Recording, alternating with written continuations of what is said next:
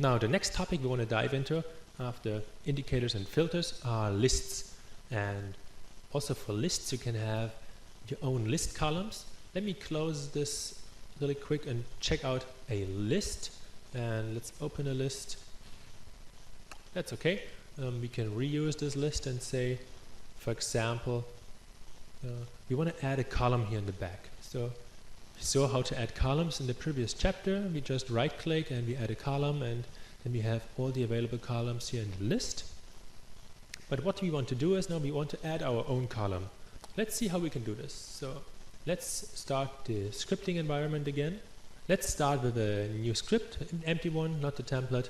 And let's say we always return some value. Let's say we return 1, 2, 3.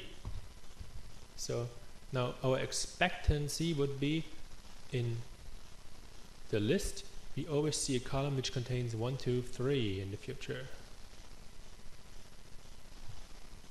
Let's maybe sort it a little like this. Okay, looks good. So let's now see how we can actually register it. For lists, there is no register function, so you don't have a list add or list column add. This is just done by naming convention, so you don't need the interface part for lists. You just save it correctly, and now let's say we save this file not in my conditions and filters, but we go to columns here, and now we give it a name, and the name is, let's say it's my column.fscl for list. No, it's fscc for column. And now the special thing is lists have a context, and the context is indicated as the first part of the name, and our context for this column is symbol. So it's symbol underscore column, and I will show you shortly what the context means. You have more contexts available. You have symbol, you have portfolio position, you have portfolio transaction, you have portfolio profit loss overview, you have the statistics, you have the watches, you can have the signal result list modified, and you can also have the periodic execution augmented with some own list columns. All this is possible, but for us we stick with the most used category, and this is the symbol category. So we save it here in the symbols, go to reload and reload the list columns. Okay, now we right click, add a column, and we can see there's actually a new column appearing. It's called my column. Now we have our column here in the name. It's marked with a star to indicate that this is an external column, so it's a script, and it might be executed slower. Let's see how it works out. And we can see it's a 1, 2, 3 returned. That's amazing. Let's maybe change the text. And now the neat thing is we can just press F5 without reloading it, because it doesn't have any interface parts. F5, and it will automatically update the values in the list. Since we augment the value, it will be highlighted in green.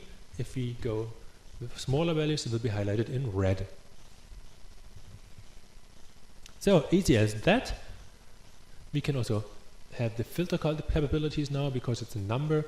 If we actually return a string, let's say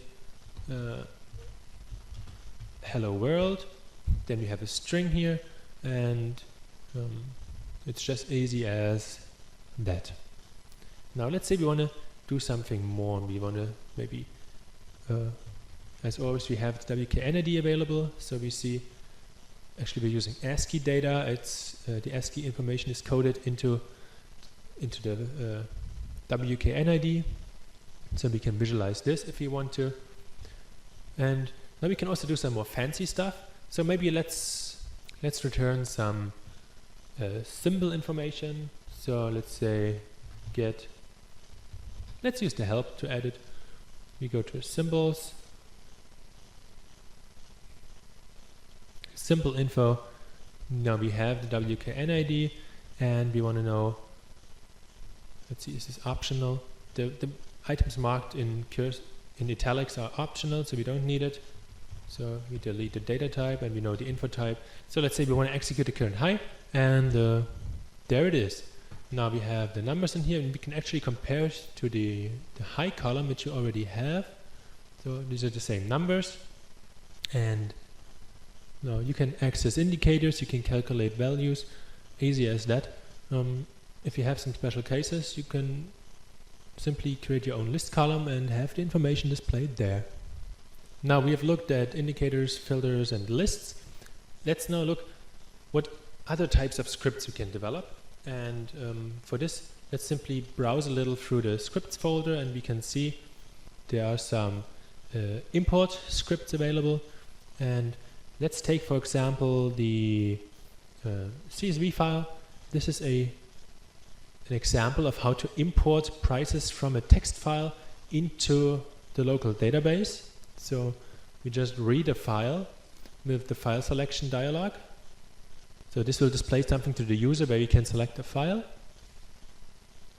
Then we deactivate the quote cache, which will speed up the operation. Then we set a progress bar, and the file will return the contents of the file as an array. So we know the number of lines in the file is determined by U-bounds. So we set the progress maximum to the U-bound. Then we simply go through the whole file line by line. We split it. We assume some format. We create our Unidate formats here. And then we insert the prices for the end of day information. We insert the same price again for the intraday database.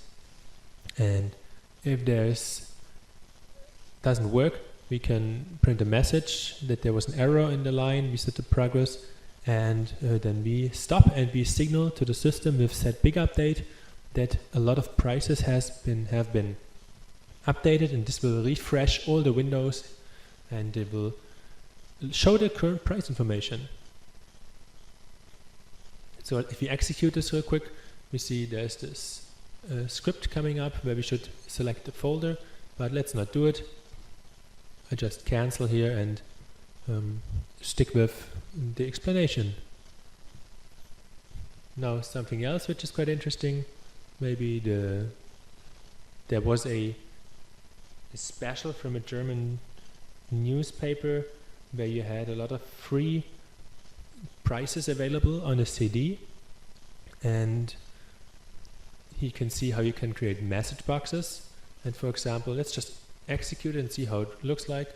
It says in German, the script will read historical data from the CD. Should the input be started? And I just select no, and I'm canceling the script.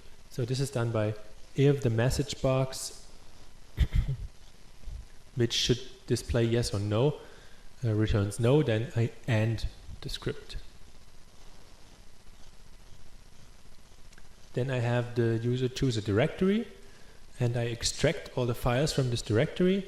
Then I just go through all the files, and I will extract those which have a 6-digit name. So I just check for the length of a string. I can split strings, I can convert them to lowercase, and then I can actually read them. I use the file function again, which will return the file line by line. I go through the whole file. I can use mod as to check, to signal some progress. So the thing with the mod is, if we always use the set progress function, it will kind of slow down the script if you have lots of data. So we only call it every 10th iteration. If you don't call set progress, you don't have a progress bar, and also the interface will lock up, so you don't have any reaction time to click something with your mouse. So you should always have some set progress in between.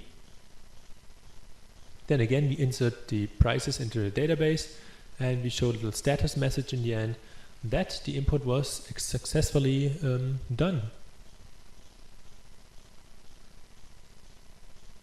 So that's basically our short excursion here into the existing scripts. You can check them out. We have some more input scripts here, and you also find all the filters, all the indicators.